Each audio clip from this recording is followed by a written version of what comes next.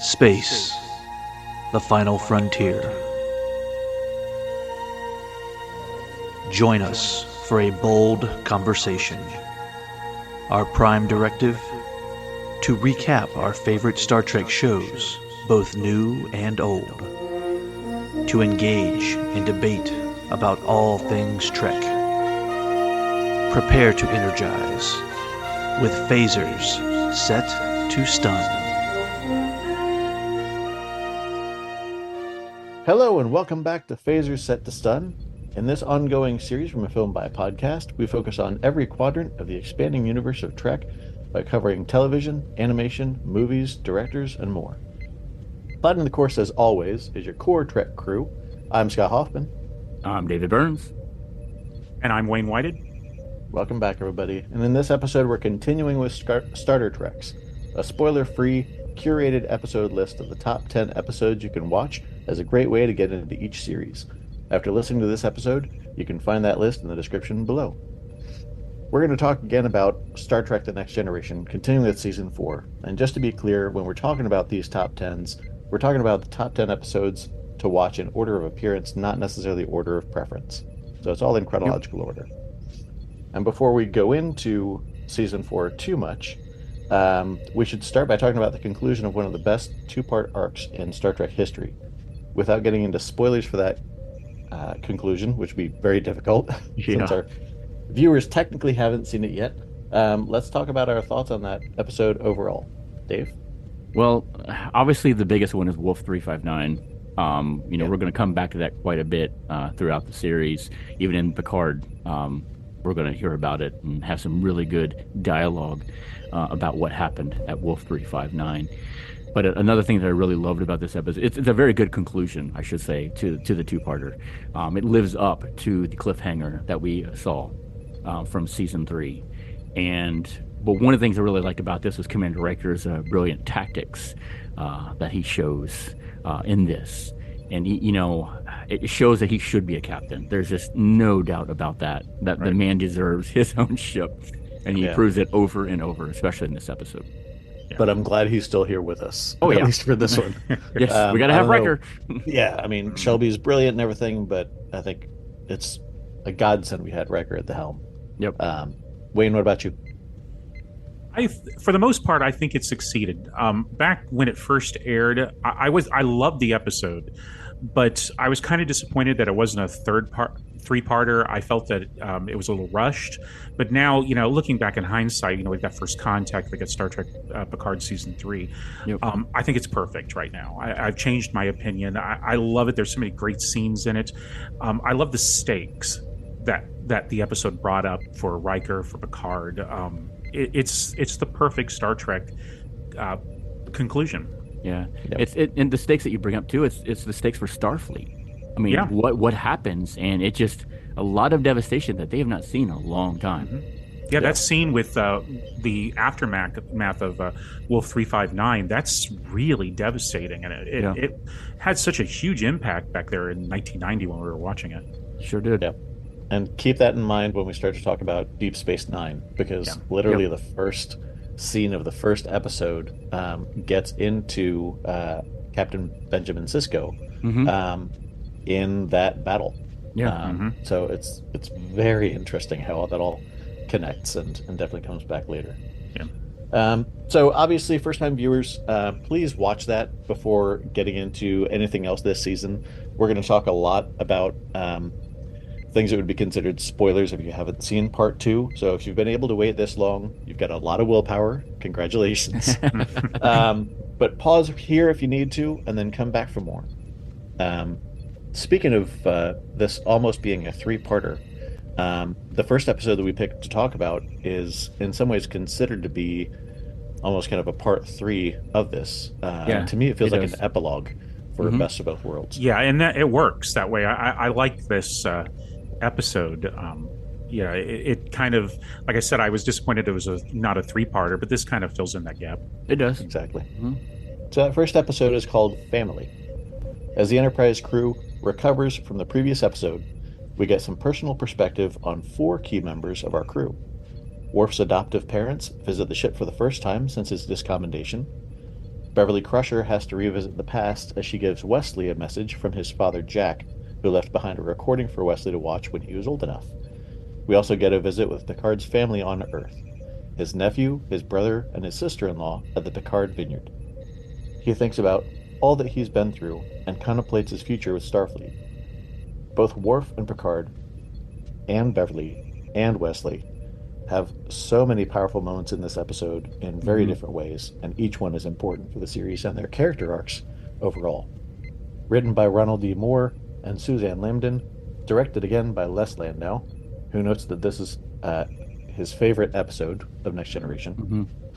It could apparently also be known as Data's Day Off, because it's the only episode that doesn't have Data appearing in it. And when you hear Brent Spiner talk about his days of making the show, it's a well-earned rest for any one of them. But I know this is one that, correct me if I'm wrong, but this could be called one of the bottle episodes we've been talking about. And we'll talk about a few this season. And what that means is the production is a little less extensive, and therefore a little less expensive to create. There's not a lot of big special effects. It's very self-contained. Wayne, what are your thoughts about this episode? I love this episode. I loved it when it first aired. I think it's a great epilogue to Best of Both Worlds, a great pause in the series. I mean, it was such an emotional, such a huge impact, Best of Both Worlds. We needed this episode to take a breather. I know that, behind the scenes, Gene Roddenberry hated this episode. He did not want them to make it. And they fought, both the producers fought to get it, and it changed the way they worked with Roddenberry after that. And I'm glad that they succeeded, because they gave us an incredibly emotional episode, especially with Picard. Plus, we get to see Worf's parents, and that's fantastic. Yeah. They had such great performances in this one. I love his parents so much. I do too. They're the parents that everybody wants. They're lovable, they're caring, they want to be there for you, but they will embarrass you too at the same time, even though they don't really mean to do that because they care about you so much. Yeah. They were a perfect couple, perfect parents for Worf. I think one of the lines in it that I absolutely loved was when he was waiting for them to beam on board, and he was basically, I wish it would start so it could end sooner. I laughed so hard about that. But no, this was a really good character-driven episode, and just as Wayne said, it's not only for the characters to catch their breath, for Starfleet to catch their breath, for us too as an audience, because of what we just went through with Best of Both Worlds. We really needed this, but the characters did too. And Picard, we really get to see him in a way we've not really seen him before.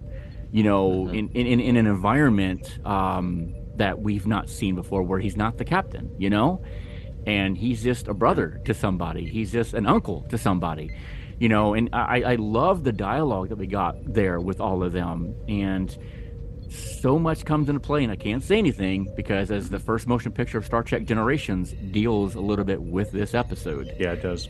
And, so when we move on to that, we'll obviously come back to this episode a little bit when we talk about Generations. But yeah, I love this one. I think everybody knocked it out of the park in their performances. And we got to know them more than we have. So I loved it. Yeah, there's a very poignant moment with Picard and his brother toward the end. And I can't say what happens, but it's a very interesting application of, I guess you could call it makeup. Yeah. In that scene, given what we remember about Best of Both Worlds. It also seems like, Picard is faced with some personal choices about, it's almost like a sliding doors kind of thing. What if I had gone this way instead of that way? Which almost comes up again in a future episode called The Tempest. Where Picard kind of comes face to face with some of those choices. So I wonder, thinking about those episodes together, how they kind of shape things. I know Jeremy Kemp was awesome. Oh, he was. For Picard. Whoever casted him casted that perfectly because you needed that rough brother who pushes around Picard, which we've not really seen. Pushes around Jean-Luc, but we see that, and you even see Jean-Luc kind of like I don't want to say afraid of his older brother, but there's just that tension, that pressure there between the two of them, which comes off really well on screen. But I also love the relationship between Jean-Luc Picard and his nephew. I loved how each other called uncle and nephew. He would call him uncle, and the nephew would call him nephew. I loved that a lot of fun. So much. It was so much fun. And one thing I want to point out here, I don't know if you guys know this or not, but the kid that plays Renee, he actually plays Captain Picard in a future episode, which I'm sure we're going to talk about. Oh, that's good. That's casting. the same actor. Yep. Yeah. And there, we got a really unique look at the Enterprise too. That shot with it in the dry dock. I love that shot. Now, I'm not sure if you guys remember this, but way back in 1990, when this episode was airing, like the day or two before that, there was a show on ABC called Primetime Live that aired a behind-the-scenes look at the making of this episode. It was hosted by DeForest Kelley. And they showed how that shot was made. They showed a lot of stuff about the making of the episode, but the shot of the Earth behind the Enterprise is an actual satellite shot of the Earth. That's a real shot of the Earth. Yeah, that always stuck in my mind because I was big into Star Trek then. I wanted to learn everything about it, and when that aired, I had to watch it. All right, well, Dave, I'm jealous to pass the torch to you for this next episode. Why don't you tell us about our number 2 pick? Yeah, our number 2 pick is called Brothers. Directed by Rob Bowman and written by Rick Berman. A practical joke on the Enterprise renders one of its children on board in serious danger, forcing the ship to Starbase 416 to help in his recovery. However, the ship is hijacked by none other than one of its own, Data. The crew scrambles to try and figure out how to stop him and what he is up to while a young boy is slowly dying. It isn't long until Data transports himself down to a planet where, to his surprise, discovers more than what he could possibly imagine. Brent Spiner, we've talked about him so many freaking times on the performances that he brings to the table. He plays 3 parts in this, and I don't want to say any more than that because I don't want to ruin it for anybody. Well done. But he does such an incredible job, guys. And we've said it before, but man, he can just turn that switch off and on, like it is nothing. I mean, to him, it might have been a bit different story. He's probably, nervous on how he was able to switch that, but man, he does it so freaking well. Yeah. Just so impressive on his performance that he brings in this again. I can't speak enough about this episode just because of that and what we get to see more of. And I know this is where the, was it the emotional chip? Is that what it's called? Yeah. Mm-hmm. Yeah. That's where this gets its start. And obviously, we'll have a lot more to deal with that later on down the road. Especially in Generations. Yes, especially Generations again. Right, Wayne? Well, this is what about you guys? This is one of my go-to episodes. I don't know why, but whenever I've been out of Next Gen for a while and I feel the need to dip back in, this is one that I always pull off the shelf. It is amazing. Dave, you did a great job of tiptoeing around spoiler territory. It's so hard to do. It is. It's almost like we need a recap to say, like, okay, here's all the stuff that we can geek out about. Yeah. But the initial sequence when he's hijacking the Enterprise is so fast and so brilliant. Like every step that he takes to go through that. And it's just interesting when I watch it, thinking about how I've heard that Brent Spiner does a great Patrick Stewart impression. Yeah. And when he has to emulate his voice for that, I'm like, did they ADR that? Or did they just say, Brent, go ahead and do your Patrick? Do it. There's so much development for Data here. There's so much, I think, development for Brent Spiner in his range. And it's such an important episode. And there's a lot of tension that builds there in just the right time. Knowing what it's hard to say anything else, so I'll just stop. Wayne, what about you? No, I love the twist ending, but it's probably good that Brent Spiner had that episode off the week before, because he had all the stuff he has to do in this episode. I mean, can you imagine the behind the scenes work that had to go into just putting this episode together? I can't even get my mind around it. I agree with you, Scott. I love this episode. This is one of the best of the season, because, in my opinion, because of Brent Spiner and his performance. It's absolutely phenomenal. It shows the range of what he can do. there's a lot going with this episode, but as you mentioned, David, this episode was written by Rick Berman, the executive producer. That actually caused a little bit of behind-the-scenes turmoil with the music. Ron Jones. I'm sorry. He did the music for this episode, and he had a little bit of a problem with the recording of it. He was planning on using some sort of state-of-the-art piece of equipment, this new synthesizer, and when they went in to record it, it failed, and the entire musical session was unusable. And they made these episodes so close to the air date. This episode was still being worked on a week before it aired, and this was devastating. And he ended up having to go and hire the orchestra again and reperform all new written music, all out of his pocket. He had to pay for the entire thing out of his pocket. And since he was already hated by Rick Berman, and Berman was looking for some way of getting him fired, this was like the worst episode that he could have done that for. And it was basically strike one for him, which we'll see. I'll mention later on in the season, this will come to effect. But it's a great score. I love the music. I love talking about the music, so you hear a lot about that over the episodes. But that's a little bit of the behind the scenes stuff going on there. Yeah. To go back to a little bit what you were mentioning earlier about Brent Spiner and what his performance in this, I know him and Rob Bowman rehearsed and blocked all of those scenes. It took them 3 days, just the two of those, to get that figured out. When you see this, everyone, listeners, you're going to understand why it probably took them 3 days to get this all rehearsed and blocked. Yeah, definitely. Well, I'm going to mention one other thing to all of our Burbs fans out there. Jeff Johnson, I'm looking at you. Ricky Butler says you should watch this episode to see if you recognize any familiar faces. Just great performances all around. Indeed. All right, Wayne, take us to number 3.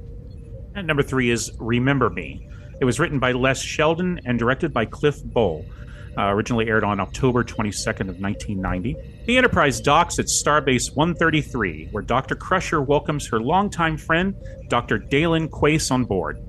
But shortly after, Dr. Quace vanishes without a trace, and nobody seems to remember his existence. That is, except for Dr. Crusher. And when further members of the Enterprise crew begin vanishing without a trace in memory, Beverly begins to suspect that it may have something to do with her son Wesley's warp bubble experiments in engineering. This episode, it's one of my personal favorites from the season, basically because I like Gates McFadden.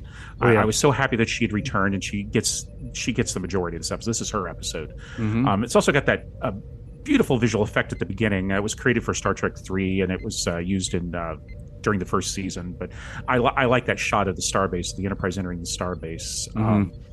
But this episode was actually originally written as part of the episode Family. There was supposed to be 3 ongoing stories, and this was going to be the 3rd episode, but they liked it, and they felt that Family was a little bit crowded with that much going on, so they moved it out and gave it its own episode. Makes sense. But again, also just like Family, this is one of the bottle episodes of the season. If you really look at it, you can tell. I mean, most of the visual effects are all reused, very little guest stars, and it pretty much all takes place on the Enterprise. It's a great feature for Gates McFadden. I mean, she's in it solo for about 40%. Phenomenal episode. Somebody needs to tell Wesley he needs to stop doing things on the ship because it keeps happening. He's nothing but problems. They got to get rid of him. I know.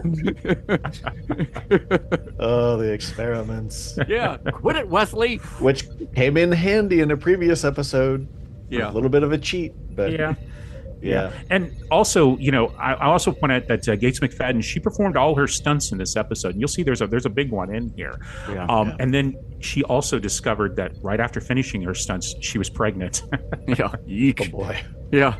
Yeah, Wayne, I love that you love this episode because it's another one that I consistently pull off the shelf. This is one that I'd actually recommend that viewers watch twice because once you discover it for the first time, it has this great Twilight Zone aspect of it. It does. It does. A lot of doubt, a lot of what actually is happening that you don't catch on to until maybe like 3/4 of the way through the episode.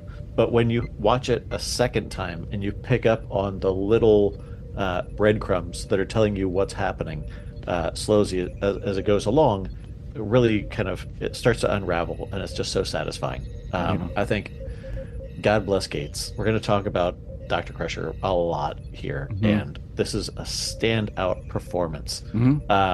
She is taken to the brink with this one. I think it's safe to say without spoiling too much. Well, it also shows you her intelligence and her brilliance on how she figures things out, which is where Wes gets it from too. So you can see why he's her son and why she is his mother. They go hand in hand on their intelligence, and I love how she figures it out. And I don't want to give away anything. It's probably said too much right there, but still, it's a really good episode for Dr. Crusher. Kind of my giveaway. It's my favorite episode of hers for the season, obviously. But I thought she did a fantastic job. Another thing too is Eric, is it Menyuk, I believe is how you pronounce his last name, who plays the Traveler. He originally auditioned for the role of Data. I don't know if you guys knew that or not, but he got beat up by Brent Spiner. I could see him playing Data, but I think Brent Spiner deserved the part. Oh gosh, yes, without question. Yeah, I don't know if Eric has the same comedic roots that Brent does, but I think there's a lot to being able to be so to pivot so quickly and to adapt so much. I'm sure that it's not it's nothing that Eric could not have done, but I think Brent is perfectly positioned for what he got. Definitely. Yep, absolutely. Well, before we get into number 4, let's take a quick break, and when we'll come back, we'll keep going through the starter tracks. Okay, we're back. Let's talk about number 4, and I'll take us into this episode called Reunion. In this one, Ambassador Kalar returns to the Enterprise as tensions continue to escalate on the Klingon homeworld of Kronos. She's returning because Kempek, the leader of the High Council, is dying, and Kempek wants Picard to find out who's responsible while helping to mediate succession of the next leader of the Empire, Duras or Gowron.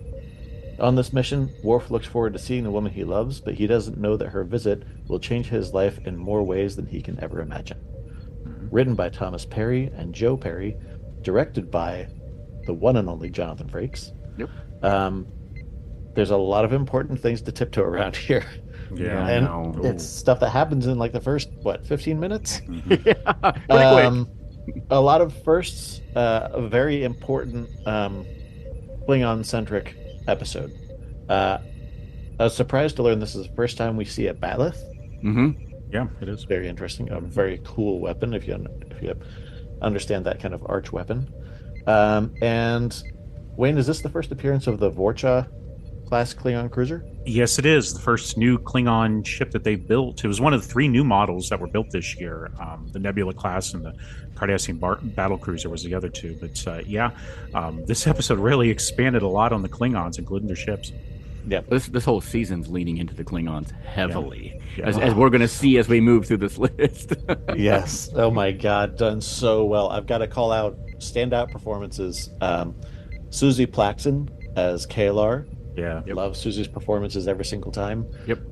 Robert O'Reilly as Gowron. Oh yeah. Who will stare through your soul. Yes. Oh my God, the eyes! And he's an important character. You'll see him a lot more through this season, or through this series, and through Deep Space Nine. Absolutely. Yes. Great performances there. Dave, what are the thoughts you have about Reunion? There's just so much build-up we're starting to see already. We saw it last season, just starting a hint of it, of what was going on with the Klingons, and now we're getting more and more of that now. You're right, Scott. There's so much that we got to tiptoe around here. We can't say too much of what happens in this episode because there's just so much that goes on in this one that just moves us forward to the next few episodes that we're going to see and how this season is going to end. But yeah, kudos to Susie Plaxton for Kalar because she was awesome. The fact that this is her second time in this role.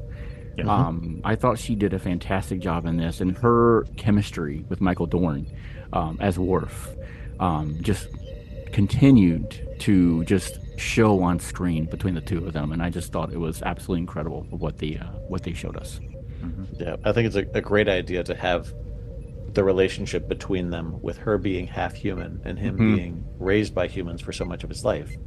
And this being such a a big episode for Worf and for the Klingons in general.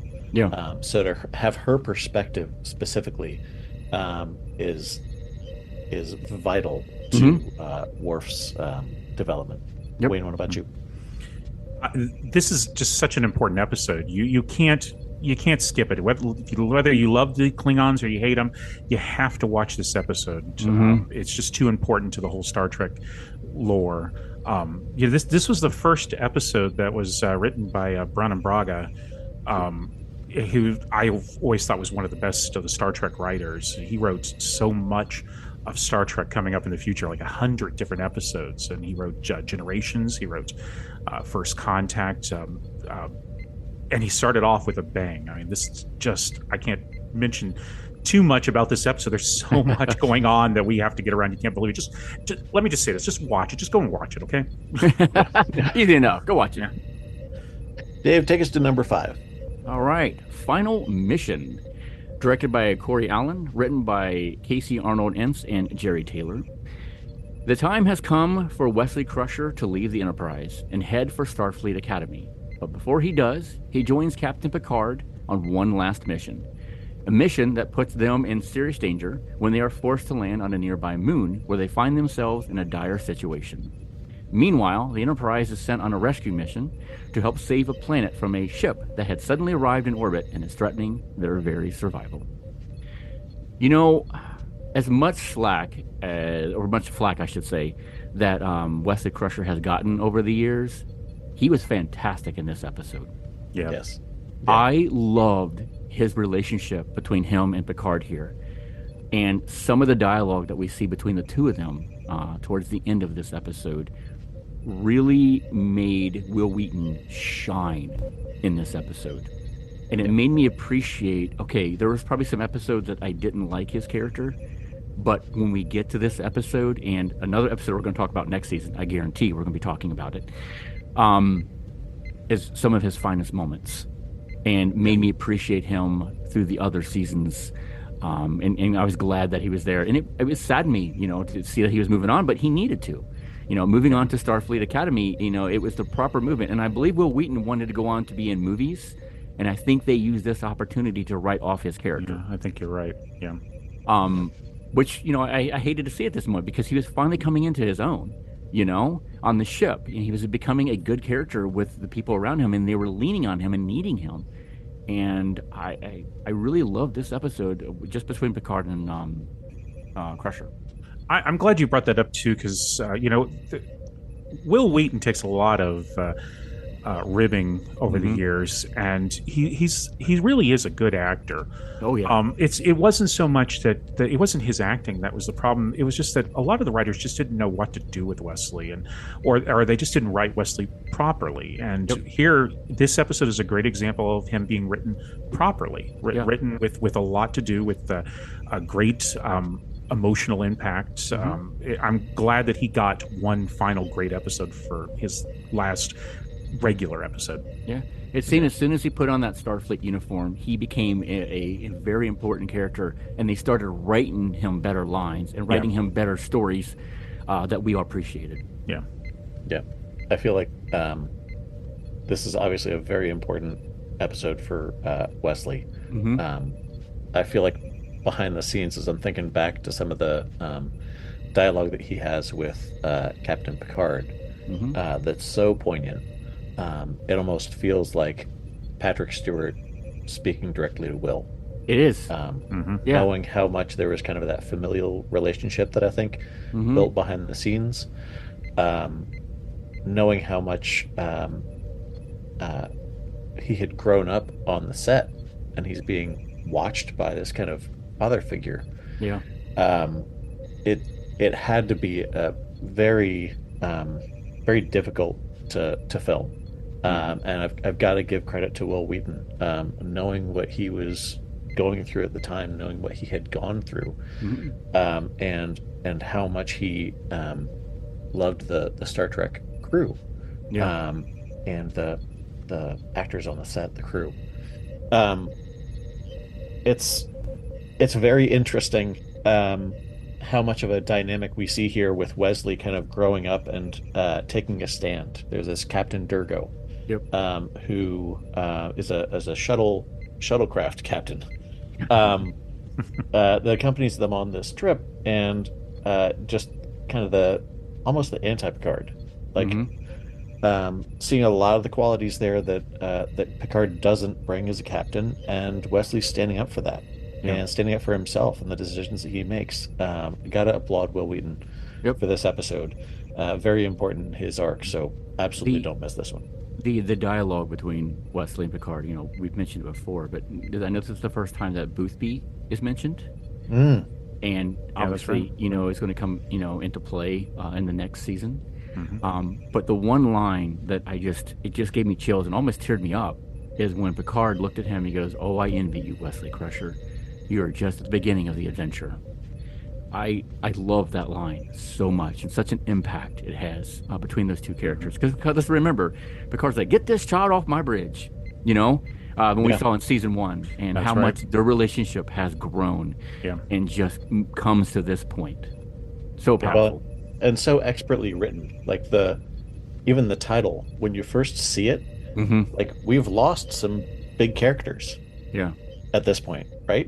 And the cliffhanger that we just recovered from, it kind of feels like nobody's really safe. So when it's titled Final Mission, you're kind of like, oh damn, what's going to happen here? Right.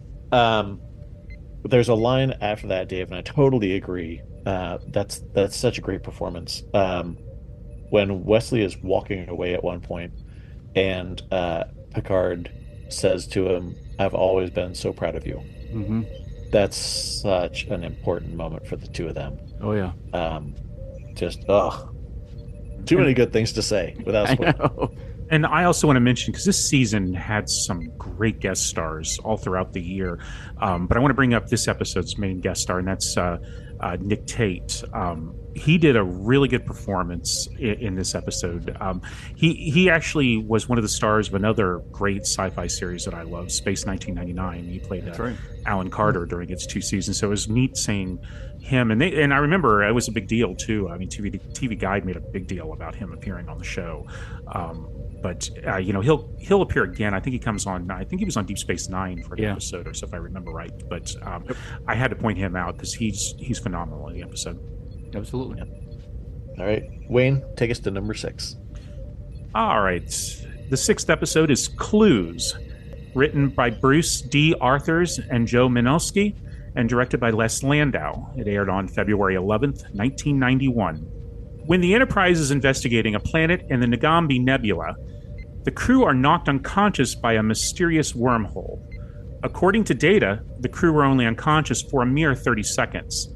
But events are discovered that force the crew to believe that Data may be lying to them, and they were unconscious for far longer than he has led them to believe. You would give me this episode, because I have to go on record saying this is not one of my favorites this season. I find...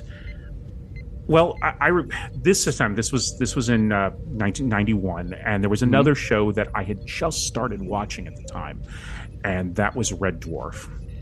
And this episode is so similar. As a matter of fact, I think I might have watched them like in the same month that I recognized it right away. There's an episode in that series that's very, very similar to this, where they wake up without any memory, and then they discover clues that say they'd lost their memory longer than what they believed, and only Holly knows what happened to them. It was during the 2nd season of the show. Thanks for the memory. I had to pull it out of my head there. And I wasn't that impressed. It's not a bad episode. There are no bad. Well, let me rephrase it. There's only one bad episode this season, and I'll get into that. But this isn't a bad episode. It's an interesting episode. It's just not one of my favorites. It's like last season. In my opinion, it's a mediocre episode in the middle of all these great episodes. And that's nothing against the writer. The writer for this episode was brought in through the open submission policy that I mentioned earlier. But the whole thing had to be like completely rewritten because they had to write out the character Wesley. He was in it. And again, because for some reason we're choosing them all this episode. This is another one of the bottle episodes. This pretty much just has the main cast and no guest stars and just the Enterprise as the sets. I don't know. Just this season seems like all the bottle shows are the great episodes. Yeah, it does. I thought this was, and I know what you're talking about with the Red Dwarf thing, but I still like the episode. I like how we have a really good mystery going on, and it keeps you guessing of what's happening because Data is lying, and he's getting caught in those lies. And does an android lie? What is he doing? What is he protecting? Is something gone wrong with him? So many good scenes, between Picard and Data and some of the other cast members on what was going on, and I thought that led to a brilliant ending of what had happened, and then starting it all over again. I just thought that was pretty cool. Oh, and you're right. The cast is great, fantastic at this. Patrick Stewart, Brent Spiner are wonderful in it, and it does have a good mystery. Yeah. Yeah, I think this is one of the episodes. It reminds me a bit of Remember Me because there's that mystery that doesn't kind of unfold. Yeah. It feels like there's that kind of, two for watching on this one, where you really should go back and then see how does Data kind of dance around the issue that he has to manage. I think it's very interesting how it almost kind of builds on the Most Toys. Yeah. That last scene when he's like, oh, maybe something happened in transport. And you're like, I never thought about the connection. You're right. Is he kind of like selectively going through that? And it reminds me of Spock's character in Undiscovered Country, which we'll talk about at some point, where he chooses like a way to characterize something. So it's not exactly a lie. It's an exaggeration, right? The way that he has to kind of dance around that, almost to the point where there's talk about disassembling him and stripping him down to his wires to find out what's going on, and he staunchly believes in I know, I have to protect the truth, so that's what's happening. And Brent Spiner, again, a great performance in just being so matter of fact as Data, and just calm and cool approach to the situation. Very interesting. Let me take us to number 7. This one is called The Drumhead. So this is one of the best courtroom episodes, I think, in Next Generation. And it's filled with intrigue. Yeah. Let me try to dance around this without spoiling things. A Klingon exchange officer is accused of selling secrets to the Romulans, and a disaster in engineering temporarily cripples the Enterprise. To help investigate these incidents that seem to be related, a retired admiral and legal legend visits the Enterprise and begins to uncover more suspicious incidents. This episode is a fascinating perspective on events that continue to unfold in the series. But the message behind this episode is extremely important for the Federation. Yeah. Oh, it's so hard to talk about this episode without spoiling. It's a good one. It is a great one. Admiral Satie. It does a phenomenal job. Gene Simmons in that role is she's one wonderful. That's just it's like at a certain point you're kind of like I love this performance, but this person bothers me so much. That scene at the end, that you know what I'm talking about. I'm not going to say it. Wow, what a performance, man! Yes. Another example. It ends on a pin drop. Yeah, right. She's another example of the great guest stars this season brought in. She's phenomenal. Yeah. Written by Jerry Taylor and Ronald D. Moore. Directed again by Jonathan Frakes. Well done, sir. Yeah. I know this is one of Michael Dorn's favorite episodes. Yep. I can see why. And you can see why. It's another one, Dave, I think you had mentioned, dialogue between Worf and Picard. And this is one of the more powerful ones. And his struggles, I think we talked in previous seasons. Oh my God. That scene between the two of them in the meeting room when Picard was telling him, you know where this is going, right? You know what is happening here. And, it's, man, I got chills now just thinking about some of that dialogue between the two of them. And Picard is right. What was going on trial here And where this was leading was going in some serious, dangerous territory. And that is what Picard is trying to warn here. And then when he gets, what happens to him too, it's just like, oh my God, this is exactly what Picard was warning about, and it is happening. Yeah, yeah. It definitely sets a lot of, in terms of Worf's arc, this helps to kind of fuel that tension that we're going to continue to see into the finale. Yeah. And, so good. Why And don't we're I not just even fill out of this the- with me just like emoting how Right. the And episode is? We're not even out of this season, and we talked about earlier about Best of Both Worlds too, about Wolf 359 is going to come up again. It already comes up here in this episode. Yeah. Yep. And this is again another bottle show, and this is far better than what it deserves to be. I mean, bottle shows shouldn't be this good. And funny, the studio actually wanted them to make a clip show. They Oh God, studio, stop. the producers really had to convince Paramount that we don't want to do that again, please. We want to do this. Thank God they did. 'Cause look what we got from this. Incredible. Yep. Yeah. I think Jonathan Frakes even mentioned that he stole some stuff from courtroom films, like including Judgment at Nuremberg and the Kane Mutiny, which, funny enough, William Shatner was in. I don't know if anybody knows, but he was in Star Trek too. But What? Yeah, what? But Jonathan Frakes admits that he took some of that when he was directing this, and it works so well. Yeah. And let me also bring this up too here. This is the last episode that was scored by Ron Jones for the series. He was fired right after this episode. I explained the problems earlier about what happened with Brothers, but he was on the producer's shit list. Really, is what it was. He had problems. There was another episode earlier called Night Terrors where he wrote an incredible score for it with a full-piece choir, 16-piece background choir, and Rick Berman heard it, hated it, absolutely hated the score because it stood out. He believed that music should be in the background, should be wallpaper to the episode, and having the choir there made it stand out too much. So they toned it down to the point where you couldn't even hear the music. They put sound effects over the choir. They took out a lot of it. And then he went to the studio and said, hey, look at all the money this guy spent and wasted by hiring all this choir. And that gave them the opportunity to finally get rid of Ron Jones. And that was a pity because he was such an incredible composer for the series. And if anyone wants to hear his music and the music that wasn't even used, it is out there on CD for you to get. And as much as I love music, Wayne, I know you appreciate it as much as I do too. It breaks my heart to hear something like that. It really does. Yeah. Another thing, and I love talking about cinematography in certain camera shots in movies and episodes and stuff like that. There's one shot in here that I absolutely loved, and it added to the drama that was going on screen. And that's when Picard's giving his speech in the courtroom, and the camera slowly tracks from right to left, just moving very slowly as he's giving that speech. I just thought that camera shot just added so much tension to his dialogue. I loved it. Yeah. Well, and the fact that that's kind of designed to follow the arc of the kind of the semi-tribunal that's sitting around him. Right? Yep. A brilliant move. Was great episode.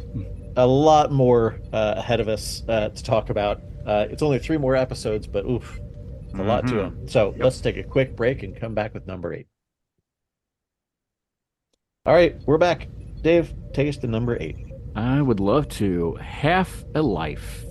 Directed by Les Landau, written by Peter Allen Fields and Ted Roberts. Loxana Troy, Deanna's mother, is on board the Enterprise when Dr. Timison, a highly celebrated researcher for his people, arrives with hopes of trying to save his planet, Kalon 2's dying son. When the mission fails, they must return to Kalon 2. All the while, both Dr. Timison and Loxana Troy have grown closer to one another. However, despite the new romance between the two, it seems that according to his planet's culture, he must complete the Resolution, a ritual where he must kill himself, as everyone does when reaching the age of 60. The Prime Directive prohibits Captain Picard from intervening, but when Dr. Timison asked for asylum, it puts Picard and the crew of the Enterprise in a dangerous situation. I've got to say, this is a really good episode, but when it opens up with Picard trying to step out of the turbo lift, and he's like looking around, trying to, what he's looking for. Yep. I laughed so hard at that because he was obviously trying to avoid Waxana Troy. And sure enough, she catches him. Of course. So hysterical. Yeah. But no, I mean, there's so much to like about this. Waxana Troy, played by Joel Barrett, is so good in this role as Deanna's mother. Yeah. So good in this role. And I think this is the first episode we've had that we're talking about her, right, guys? I know we've mentioned her character. We had her in Haven. That's right. Yeah. We had her in Haven. Okay. But it's so funny. Like the one other scene that when she was on the bridge, and clearly shouldn't have been there, but when she was talking to Worf and she's like, ready to touch that button, and he's like, no, stop, don't do that. And she calls him Wolf. Yeah. I laughed so hard there too. He goes, it's Worf, not Woof. Yeah. Wait, what about you guys? Yeah. Oh, this is. I can safely say that this is my favorite episode of the season, and it's because everything you mentioned and more. I mean, Luoxana Troy is a great character, and the episode starts out so funny. There's so many great funny moments, but then it just like completely takes a 180-degree turn for her and for the episode. Becomes an incredibly dramatic episode. Shows totally different side for her character, lets her play the comedy and the serious drama, and Majel Barrett is wonderful here. Plus it's got a strong message about how we look at old age and the end of life, and she really, if you think about it, she's the perfect character to tell that story.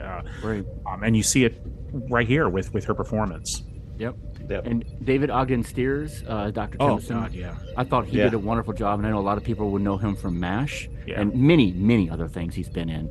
But we also get an introduction to Michelle Forbes, who plays Dara, the daughter of Dr. Timothy, who will take on another role that we will all love and appreciate, and that would be Ensign Rowe coming, I believe, next season. Is that right? Yeah, that's right. I think so. Yeah. Yep. Scott, what about you, man? Yeah. Oh my God. The writing by Peter Allen Fields and Ted Roberts. The direction again by Les Landau. When you talk about this being a turn or kind of a more of a rich deep dive into Luoxana's character, they couldn't have done a better job with this one. Right. I think it was just absolutely perfect. It has one of the best uses of dramatic tension. There's, usually in these episodes, being sci-fi, there's an aspect of it where a sun is exploding or there's some kind of planetary disaster or something like that that they have to fix with technology. This one's very much debating the validity of this practice on this planet. A great casting choice with David Ogden Stiers. It's so similar to Winchester. The moments when he has those kind of moments where he has the epiphany, where he feels that little bit of reluctant, hesitant joy, where it's starting to get to a good place, and then when it all starts to come crashing down, and he kind of just occasionally opens up the gates to the frustration, the rage, whatever he's doing, but it's always very proper, always very tempered. For him to be somebody who's connected with Luoxana is brilliant, because she's very flamboyant. She's very expressive all the time. He's very tempered, and she's never trying to change that. She loves that about him, and the relationship that they have, the choice especially that she makes at the end. Oh my gosh! It's a knockout by Majel Barrett. Wow. She had I'm sorry. Go ahead. No, just the decision they both make and the performances that they give together. They are absolutely the spotlight and the standout for this one. If you've ever been a fan of Luoxana, it's definitely very important. She has another few episodes similar to this. One that comes to mind in Deep Space Nine. But wow, just a great pair. Yeah, her chemistry with David Ogden is just incredible. There are so many good scenes between the two of them here, but the one scene that is my favorite in this entire episode is when Dara is there, and Michelle Forbes is giving one hell of a performance. She is. As his daughter, and I can see why they're like, man, we got to bring her back in some way, because she is incredible. Oh yeah, and she is. And there's so much going on in this episode, and such two great guest stars that poor Gates McFadden is left with one scene and one little a line of dialogue right at the end of the episode. So yeah.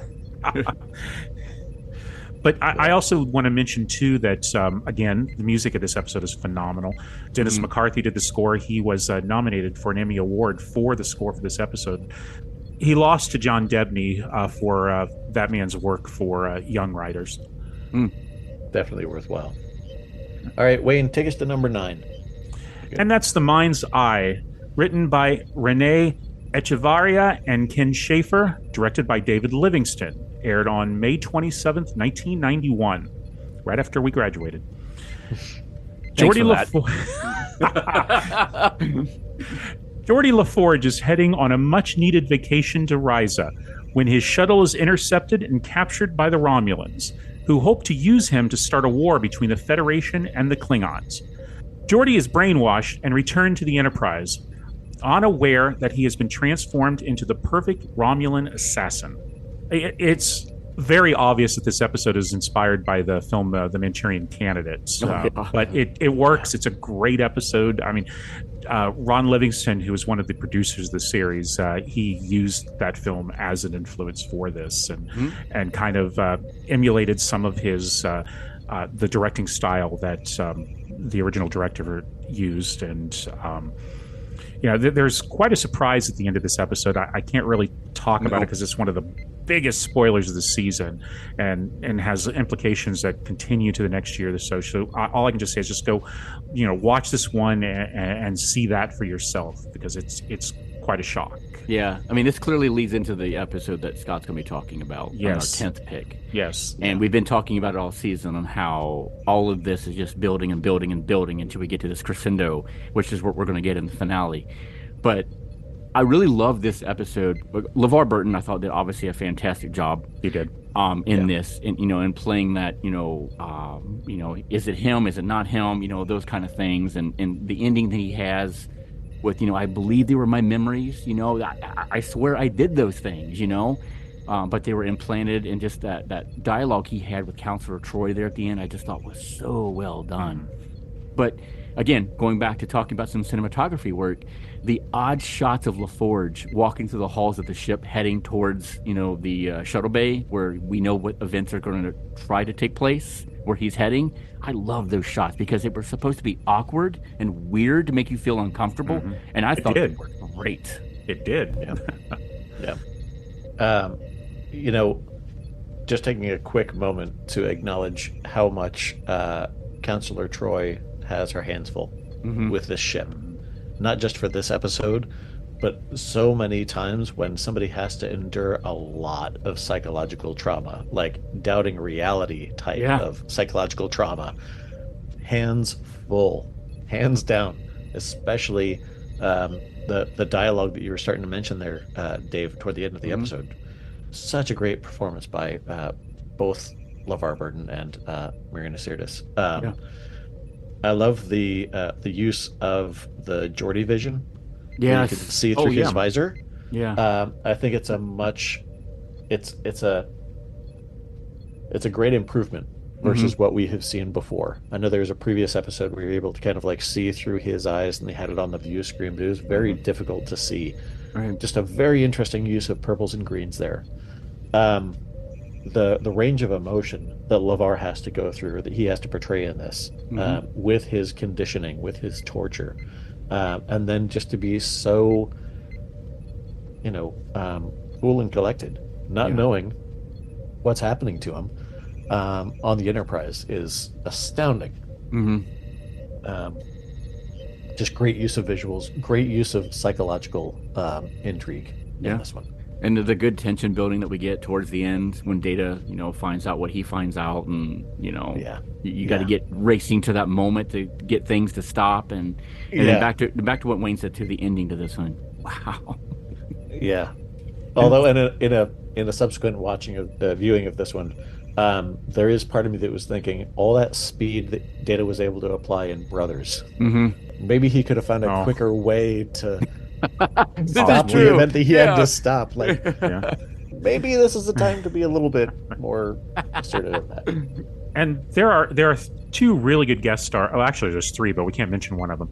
No. But one of the guest stars was Larry Dobkin. He played the Klingon ambassador. He actually was a director during the original Star Trek series. He directed the episode Charlie X.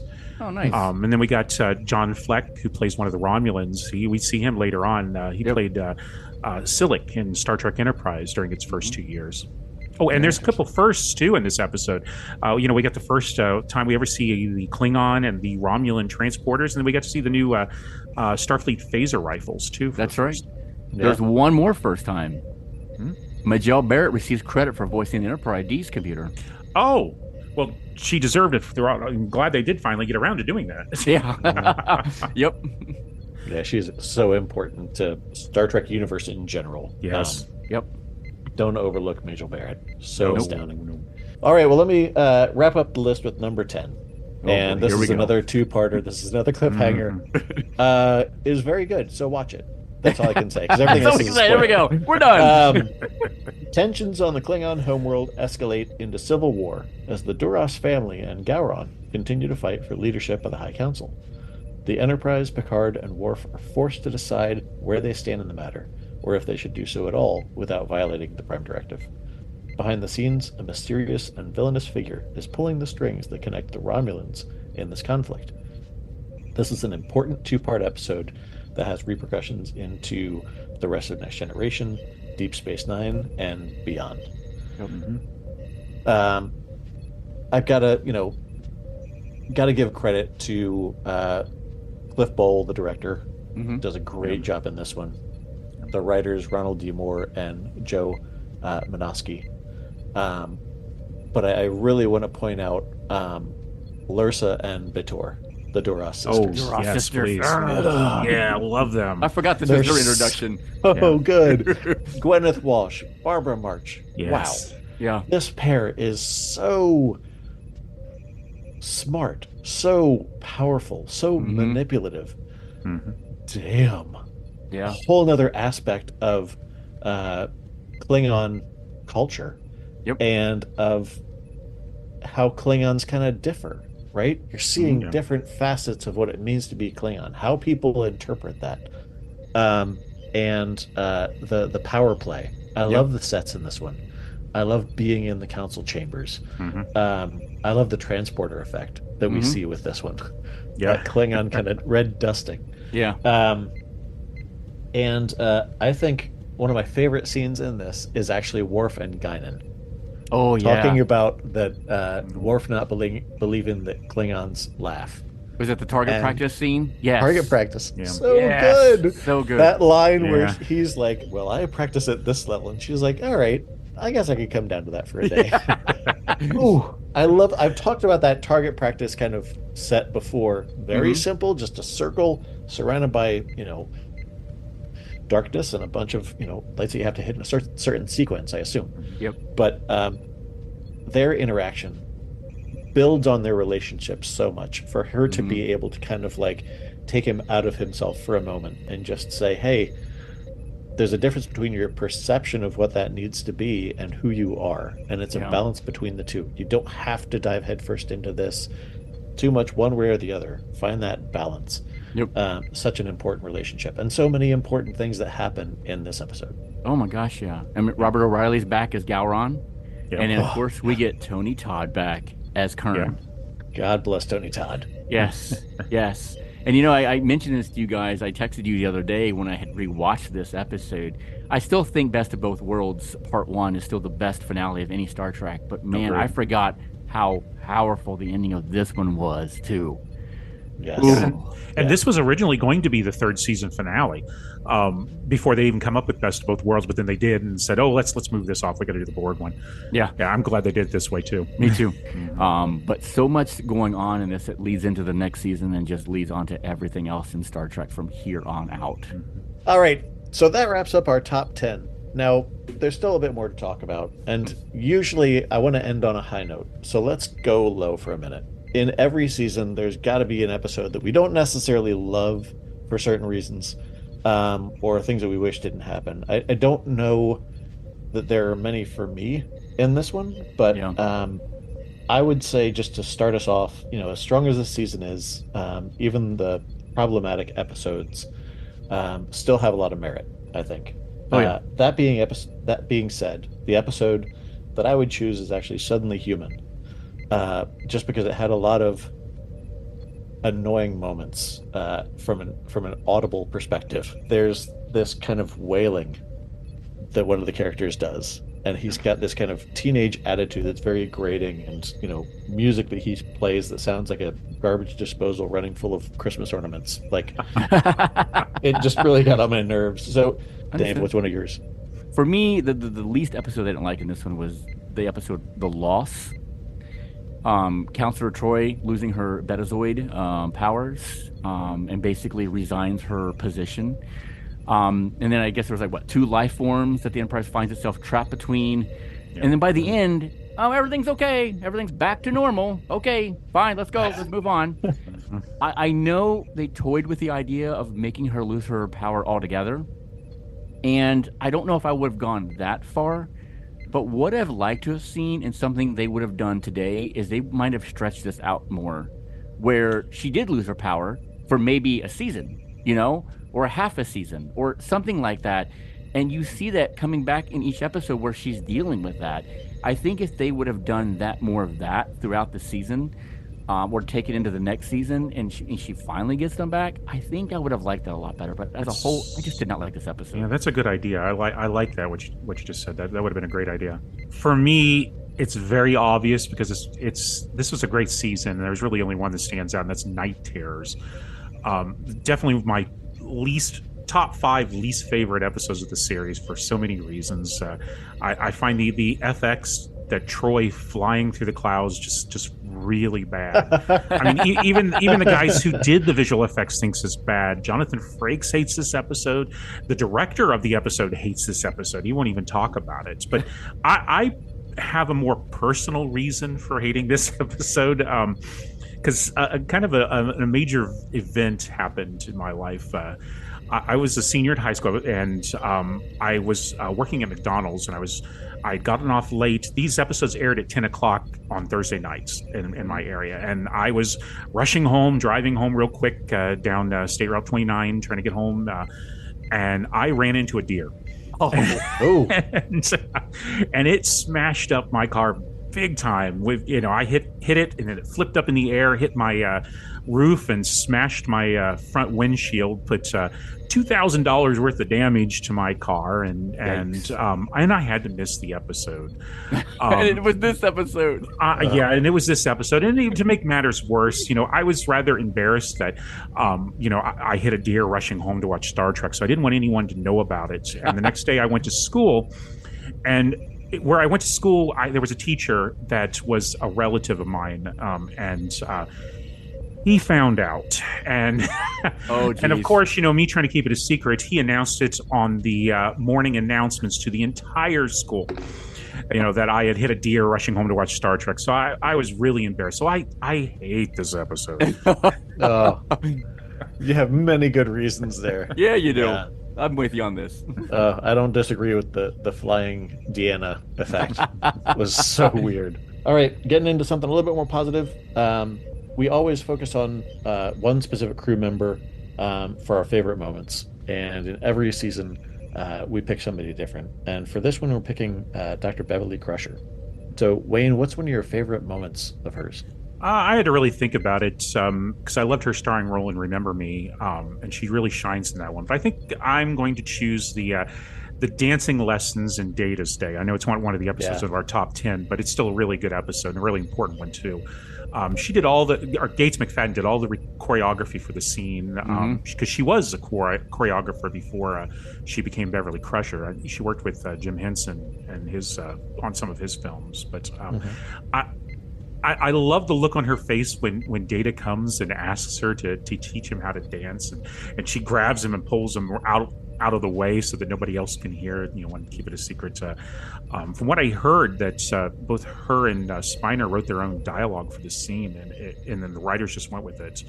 I love that scene. I think it's one of the scenes of the entire series that defines the character of Beverly Crusher. Yeah. Dave, what about you? Going with the Hoffman answer again. I'd love to do this because it was tough for me to pick just one, but it boils down to just one theme, I guess you could say. It's Beverly Crusher being a mother to Wesley. Oh yeah. There's some elements in this season that we see some really good stuff between the two of them. We see that in family when she's showing when she finds that memory card that was recorded of his father. And then some of the stuff that we see with her in Final Mission, we get to see a little bit of the dialogue between the two of them. So it really boils down to one theme, just being the mother to Wesley throughout this season. It just seems like it was a lot more powerful this year to me. Yeah.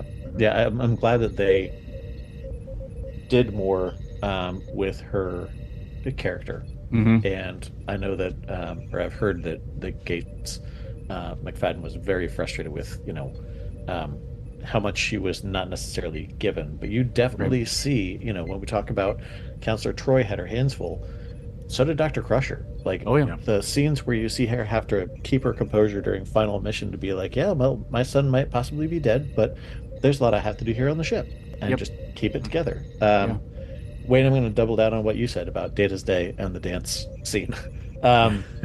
When she's a choreographer, I know that she would usually go by Cheryl McFadden.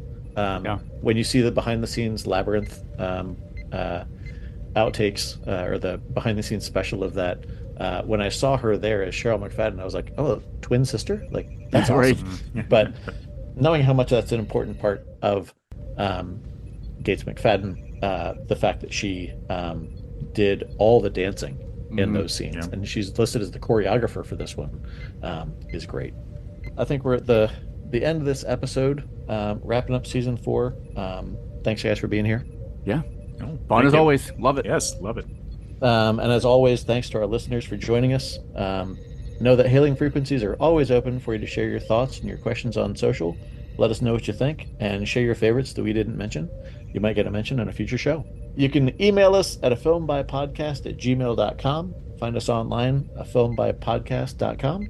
Follow us on Facebook, Instagram, and all your favorite social channels. And if you're looking for more exclusive content and swag, send some Latinum our way through Patreon. We'll see you next time for another episode of Phasers Set to Stun.